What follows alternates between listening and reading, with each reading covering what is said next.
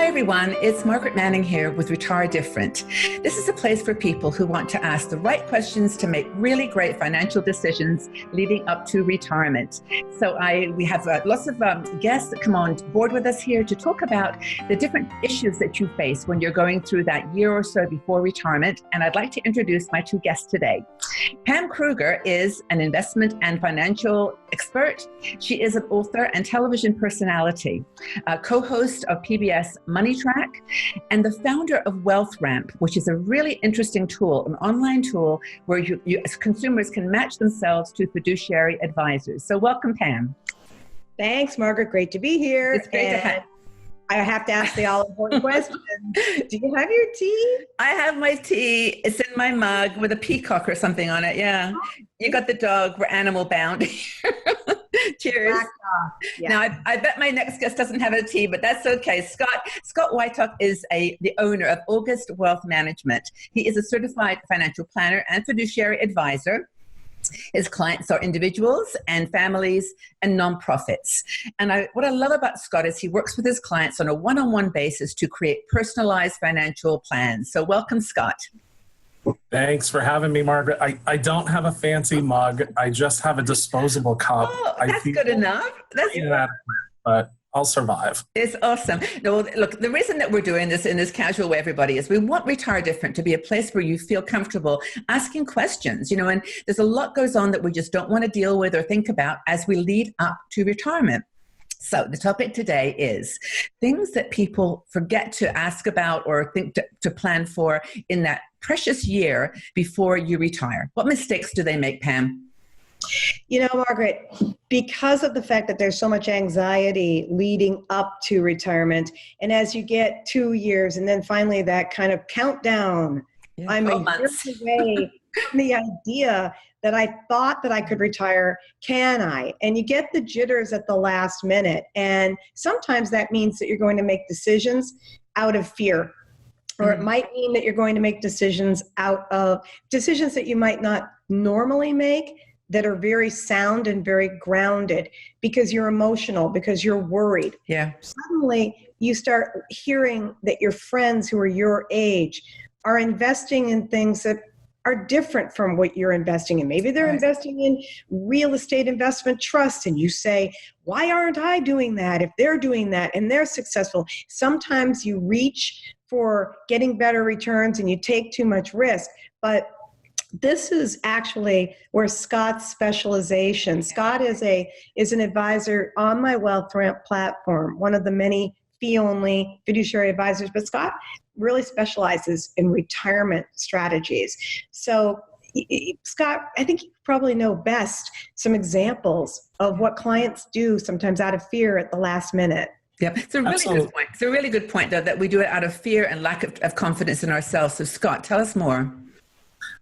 I agree with the fear component wholeheartedly. And in fact, people are usually very apologetic about feeling this way. But it's probably the most common trait that I see when people walk in and introduce the fact that they're about to retire and they don't know what to do. Yeah. I think one of the more common things is just a misconception about where they stand financially.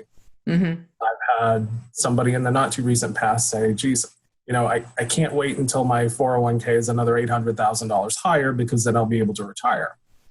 And when I press that issue and say, well, where did that figure come from? Well, that figure just rounded it up to an even $2 million 401k. Well, but what does that mean? One person could burn through $2 million in 10 years and another person could last a lifetime on that. Yeah. There's a lack of understanding as to how far this money can go or can't go, what you want to do with it, and how it will get spent. The focus gets to be on the bottom line of accounts a lot, the bottom line of your account statement that you get every quarter, when that's only one small fraction of the equation. Yeah. So basically, Yeah, so we've seen a couple of mistakes already. One is that Pam is saying that you come into it emotionally. That's not so much a mistake, but it's sort of a mindset. And what you're saying is that you focus so much on the numbers that you're not sort of looking holistically. So what else would you say, Scott, that people should be looking for? What other mistakes do they make when they talk to you? What do you notice? A lot of people are apt to have a lot of confusion around Social Security. The trend quite often is to take it early without understanding the downsides of doing that. Sometimes people are just forced to. They don't have another alternative. But there are a lot of people who think they don't have an alternative. And it could be financially beneficial for you to deplete some of your retirement assets from age 62 to, say, 66. Yeah. And not in order to then take Social Security and be better off in the long run. Right. But Scott, the only way that anybody is really going to know that is by digging into it and actually looking at a roadmap into retirement, otherwise known as a retirement plan, a financial plan. And it doesn't have to be big and scary and complicated or expensive. But I like what you said about, and I'm going to circle back to a point you just made, which is that people get fixated on a number. You know, we all think about, we've got to have that, because the media, we always hear, you've got to have $1 million or $1.5 million already saved up in order to pull enough money out to last the rest of your life if you're used to living on, $40,000 a year plus what you get in Social Security. That's all well and fine. But when you really look at how you construct a financial plan, Scott, you kind of start by looking at the person's lifestyle and what they're going to be spending. And the emphasis is on the monthly income you need to generate instead of focusing on that big, crazy number that just seems like at that point, if you haven't already saved it, unless you win the lottery, you're not going to be able to. Pam, just to support that, we just wrote an article on Retire Different that supports this, which is saying that we focus so much on this savings, this big question, like how much have you saved for retirement? Well, number one, Scott says it's different between one person and the next. I mean, how much money you need, but also, like you said, what's your money going to earn for you? What income is it going to generate? So is that something else, Scott, that a lot of people focus on the savings rather than the income, or what else have you found? Yes, they do. And I feel like a lot of times it's out of guilt. They feel like they haven't put enough aside. And so they just resign themselves to the fact that they have to live quite modestly in retirement without really knowing if that's the case. And so my role, I view my role as to simplify all the moving parts that are involved in retirement and lay it out in front of a client and say, look, here's the upside and the downside of where you sit. Here are some opportunities we can take advantage of. But to try and put some parameters around everything that's happening in their lives, because as Pam alluded to, just with Social Security, there's so many components. You can't be an expert in it. When you start layering on top of everything else that you're going to experience in retirement, it's very, very overwhelming. So I like to view myself as a partner that helps sort of declutter some of that experience for a client. Now that sounds like a partner rather than a seller. So Pam, you were going to say something. Yeah. A collaboration. Exactly. So here you are 1 year away. Let's say that you're age 68, you're 69, you're 70. There are so many things you don't know. There's so many unknowns. And then so many of the decisions that Scott is going to talk about or that you're going to talk about with a financial advisor who is truly your partner in this and fee only and fiduciary. You're going to talk about timing, because so much of what we're talking about is timing.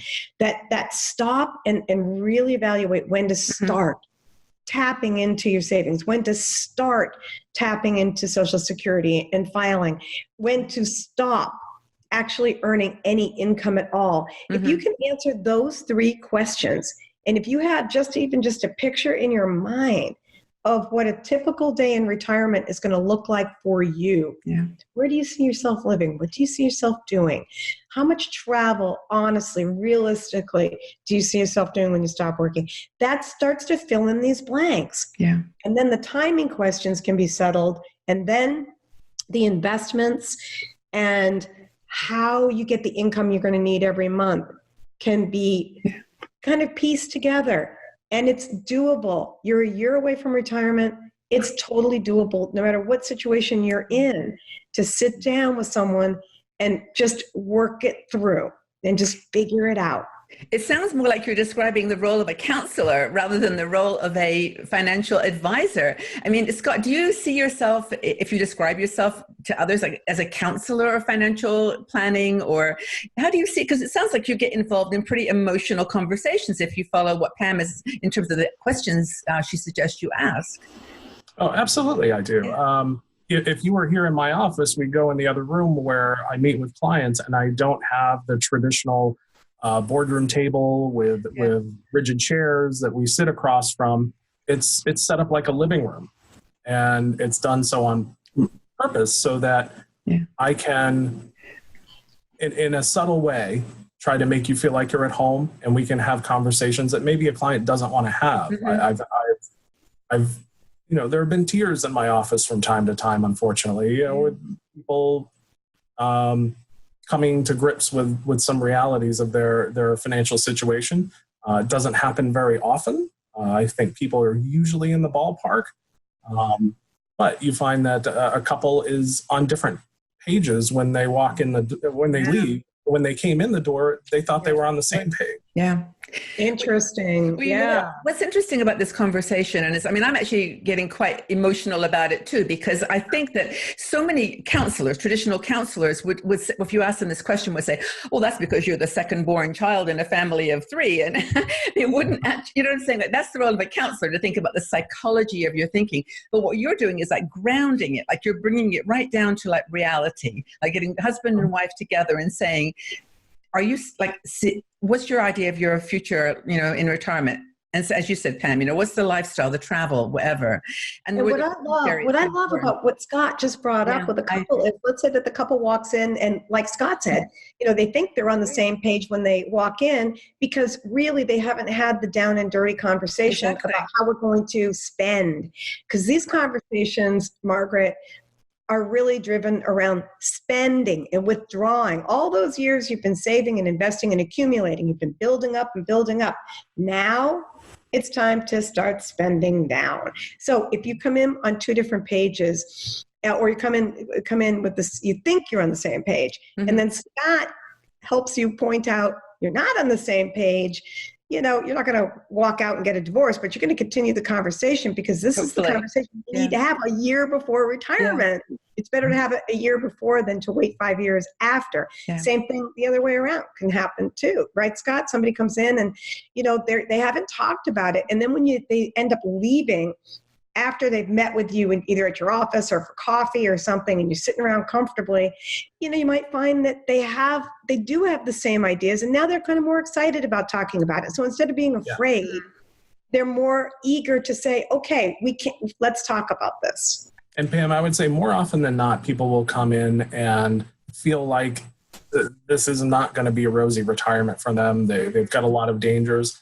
And a lot of times, just in the initial meeting, I can say, look, I haven't dug into anything, but just on the surface here, I don't see gigantic red flags. I don't see the reason for you to have anxiety and not sleep at night. And we're going to dig into this, and we're going to fine tune some things. But, you're going down the right road. And more often than not, people have tried to save as much as they could. And even when they haven't quite gotten to where they think they should, I can say, what would you do different? You didn't have an extra $15,000 a year to sock away in a retirement account. So what would you do different? And that sort of allays some of their fears and anxieties too. Yeah, so you're there to talk to them about how they intend to spend, how they intend to see and visualize their retirement in the land of spending, the Social Security, the timing issues, the investments that best match what they need to do and what they're wanting to try to accomplish. And then that conversation, that coming to God conversation, where you have to say, Scott, to the client, you know what, if one of you could keep earning income, even if it's only part-time income, 3 days a week, here's how it's going to change your life starting in 5 years from now. In practical ways. Yeah. So here's the deal. You two, I think, are quite unique in this financial world, because when I think of financial, I think of, sort of structured and boring and here's a plan and whatever. But Scott, just tell me, do you enjoy what you do? I mean, tell me, like, what do you love about your job? I do. I genuinely love my job. I get to be involved in so many different aspects of people's lives, from estate planning to insurance to retirement, right. To multi-generational issues, which is coming up in my practice mm-hmm. more and more and more. How do you have these conversations between grandparent to parent to child and up and down the line there? Every day is different for me. And it, as you alluded to, it can seem on the surface like, man, what a rigid and non-creative sort of profession to be in. But it's not. Nobody will ever walk out of here with some sort of canned booklet that's bound up very nicely to say, here's your financial plan, now go do it. I get to be involved in here about kids and hopes and dreams. And it's very rewarding when somebody picks up the phone and calls and asks for help. That's what I'm here for. I love that. I love that. And Pam, you're the person that brings this kind of person to the world, because this is what you do with Wealth Ramp, right? I mean, this is important that people can find people like Scott. You're not, there's all people around the world. So tell us a bit about how you do this matching and what qualities that Scott just talked about do you look for? Yeah, thanks, Scott. Thanks for explaining that, because people don't know that. People don't know that that's what planning really is, because they do think of it. I love what you said about, just wrapping up some sort of an output or report and handing it to you and going, here you go. You paid for it. Go do it. Scott, look, before I answer the question, Margaret, can I ask Scott one more question? Yes, please. Scott, what's your client retention rate typically? I've got clients for their lifetimes in most cases. 90%? Oh, significantly higher. Okay, that's important. The reason I'm asking that, and the reason I want to answer that and point this out, Margaret, because it's to your point about who is on Wealth Ramp and why. Every advisor on Wealth Ramp has a client retention rate of 90% or above. What does that mean? It means clients don't leave because he talks to the next generation. In other words, it's a relationship. It's not a transaction. Yeah. So I guess in a nutshell, I'll say it in 15 seconds. I am a jerk about financial advisors. I don't like them. I'm sorry. I don't like 95% of them. So the only advisors who can be on my platform, they have to have a multitude, aside from background checks, and aside from competency, and aside from education. They have to put energy and care about their clients, so that their clients are their clients for a very long time, and they each take a consultative approach, exactly like Scott. Male, female, different ages, different specializations. It's all important. But Scott just touched on, and your question touched on the common theme there. This is about long-term relationship to guide you and keep you on track, help keep you on track. Well, we have covered a lot of ground here. And I think what's really valuable about this conversation, though, is that we started by asking what are the mistakes or the challenges that people face in that last year, that first year before retirement. And we've covered that. We've covered it all. But I think more importantly, we've actually underscored and underlined what Retire Different is all about, too, because we're not doing retirement the same way that we've done it for the last, 50 years. People are genuinely looking for this kind of conversation, this kind of, bringing money into their whole life rhythm, and not just thinking of it as the last thing you think about in that 6 months before you retire. It's a whole lifestyle mindset. So I really appreciate you taking the time to go through this with me. We're going to be doing some other talks, and if you've got any questions for Pam or Scott, please leave them in the section below, because we care about what you want to hear about retirement and how we can help you retire different. And so thank you, Pam, for being here. Scott, it's wonderful to meet you, and I look forward to continuing our chats, but thank you. If you enjoyed this video, please subscribe to our Retire Different YouTube channel and check out our website at retiredifferent.com. We are a community of people who are asking questions and trying to make good financial decisions so that we can have an amazing retirement. We'll be looking at our relationship to money and also places that we can go for support, advice, and inspiration.